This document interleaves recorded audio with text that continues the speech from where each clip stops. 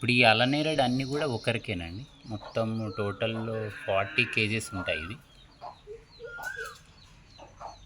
ఈ 40 కేజెస్ కూడా అంటే డైరెక్ట్ మనకు తీసుకొని వాళ్ళు తీసుకొని అమ్మడానికి గాకుండా ఒకసారి తీసుకొని ఒక మంచి ఉద్దేశంతోటి వాళ్ళ దగ్గర ఉన్న స్టాఫ్ అందరికి కూడా ఒక ప్రకృతి వ్యవసాయంలో పండించిన ఆహారం తినిపియాలనేది వాళ్ళ ఉద్దేశము. ముఖ్యంగా ఏంటంటే ఆ ఉద్దేశానికి 2 కూడా మంచి పరిణామాలే. ఎందుకంటే ఒక మంచి పదార్థం వాళ్ళ దగ్గర స్టాఫ్కి ఇవ్వడం, ప్లస్ ఒక రైతుకు చేయూతనియడం.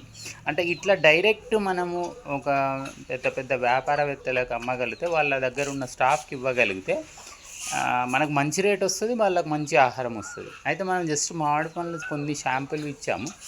సార్ 300 కేజీలు మామిడి పండ్లు అడిగారు. ఆల్రెడీ మన స్టాక్ అయిపోయింది. కాబట్టి ఇక మనకు ఆల్టర్నేట్గా వేరే ఏమైనా ఉన్నాయంటే ఇది అల్లనేరేడు ఉంది సార్, ఇప్పుడు సీజన్ అందరికి ఇస్తున్నామంటే ఇట్లా మనకు 40 కేజీ ఆర్డర్ ఇచ్చారు. ఈ 40 కేజీస్ కూడా మనకు 250 పర్ కేజీ లాగా ఇచ్చారు. అంటే ఇప్పుడు మనము దళార్లకు ఇస్తే చాలా లాస్ అయిపోతాడు రైతు. డైరెక్ట్ ఇట్లా మనకు ఒక కస్టమర్కి అమ్మగలిగితే మనకు చాలా బాగుంటుంది. ఇప్పుడు మామిడి పండ్లు మామూలు కొన్ని ఉన్నాయి, ఇంటికి ఇస్తున్నాం సార్ ఇంటికి. ప్లస్ అరటి పండ్లు ఉన్నాయి, మళ్ళీ మామూలుగా వాటర్ యాపిల్ కొన్ని ఉన్నాయి. ఇక్కడ మనము కోల్డ్ ప్రెస్డ్ ఆయిల్ మామూలుగా న్యాచురల్గా వండిన నువ్వుల నూనెతోటి తీస్తాము, అది 1 లీటర్ ఇస్తున్నాం. ఇట్లా మనము డైరెక్ట్ సేల్ చేసుకోవాలి. ఏ రైతు కూడా దళారుల దగ్గర పోయేసి మనకు 50-60 లాగా ఇచ్చేస్తే మనకేం మిగిలది. ఇట్లా చూడండి, ఇది ఒక్కసారి తెంపాము, ఇవాళ మాత్రం తెంపింది, ఇంకా స్టాక్ బాగానే ఉంటుంది.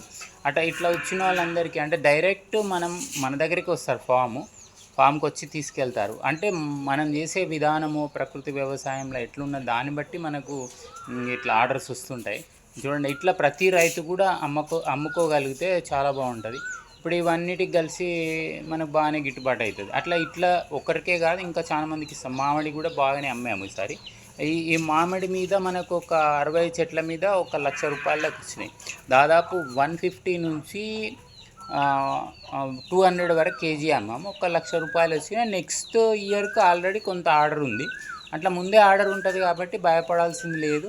జాగ్రత్త చేసుకుంటే చాలా బాగుంటుంది. మనం ఏంటంటే ఒక మామిడి కాకుండా, ఒక అల్లనేరేడు కాకుండా జామ ఉంటుంది, ఇట్లా స్టార్ ఫ్రూట్ ఉంటుంది, అట్లా అనేక రకాలు ఉంటాయి కాబట్టి కంపల్సరీ కంటిన్యూ ఉంటుంది. మళ్ళీ ఎగ్స్ ఉంటాయి, ఏదో ఒకటి ఇన్కమ్ అయితే రైతుకు ఉంటుందండి. అంటే మనకి ఇంటికి కావాల్సిన అన్నీ వండించుకుంటూ, పసుపు, అల్లం, ఎల్లిగడ్డ, కూరగాయలు, పండ్లు అన్నీ వండించుకుంటూ, అంటే ఇంటి ఖర్చు కూడా తగ్గుతుంది, అట్లనే ఇన్కమ్ కూడా బాగానే ఉంటుంది. అంటే రైతు ఇట్లా డైరెక్ట్గా అమ్ముకోగలిగితే చాలా బాగుంటుంది.